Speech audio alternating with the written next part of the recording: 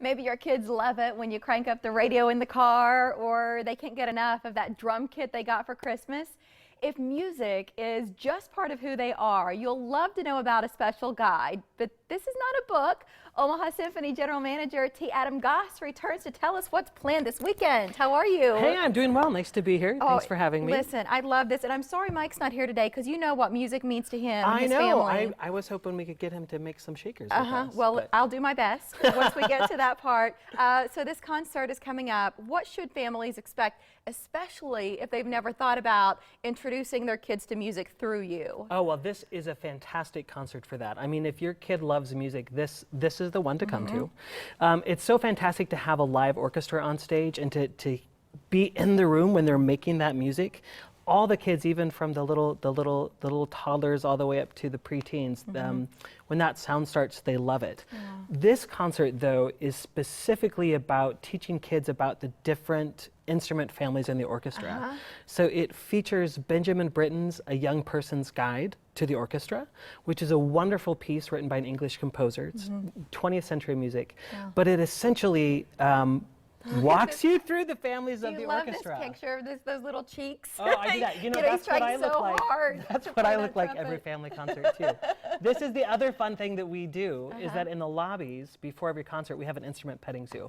It's one of the best things. That is so cool. Kids get to come and try out the instruments. It's great. Yeah, and you know, like, because I believe that kids start to show signs of that very early on. If you know it's part of who they are, maybe you want to encourage that in them. We know about the connection between math and science and music, so maybe you kind of want to develop that side of who they are. How do you introduce them to, because you said it's about the categories of the instruments, but what do you do specifically during the concert to make that happen? Well, it's a whole experience. It happens when they show up at the concert hall. They get to try out the instrument petting zoo. So that's actually a huge part of them actually getting to touch the instruments and trying to play them. Then when they walk into the concert hall and they see the instruments playing. But this particular piece of music features a narrator. And so they talk about the instruments while those instruments are playing.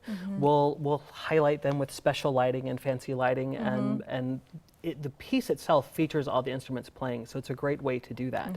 The other thing that we do, which is really fun, is the kids also get a chance to make an instrument when they come. You don't say. I know, they're great, right?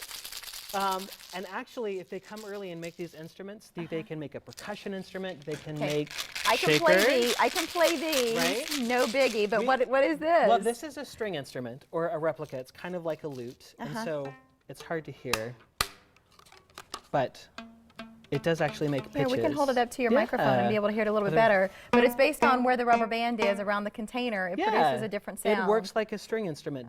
The shorter and tighter the string, the different pitches. But what kids get to do is they actually get to play these during the concert on one of the pieces. That's it's fun. a lot of fun. Oh my gosh, I bet it's like beautiful chaos. Oh, right? It is. It's really great chaos. Thomas will turn around and say, everybody get them out, and he'll help conduct them and playing with us. Oh, let's talk about Mr. Wilkins, if you would. What is it about him that's so special with a concert like this? Because I feel like that's where he shines. You know, he is a beautiful human being. Yes, right, he but is. I mean, he's somebody that music just lives within him, and he has such an innate part of himself is how to share that music with kids and with families, and how to bring that out in them. It's a wonderful experience with the family to be in the room with him at these concerts, because it's so personable and so intimate with him, and he jumps off the stage and walks down and chats with the kids. Oh, cool. Every now and then he sits in somebody's lap, which is kind of fun. But he just understands how to bring music out in people and how to connect them with it and with the orchestra. It's that human connection that he understands. It really is. So some of the music that families will hear, because, you know, that's part of it too.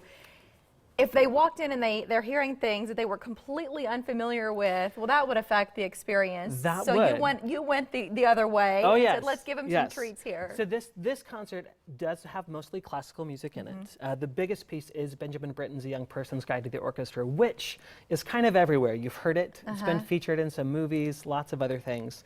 But great classical music, Dance of the Hours, which everybody knows. Dee dee dee dee. dee dee dee dee.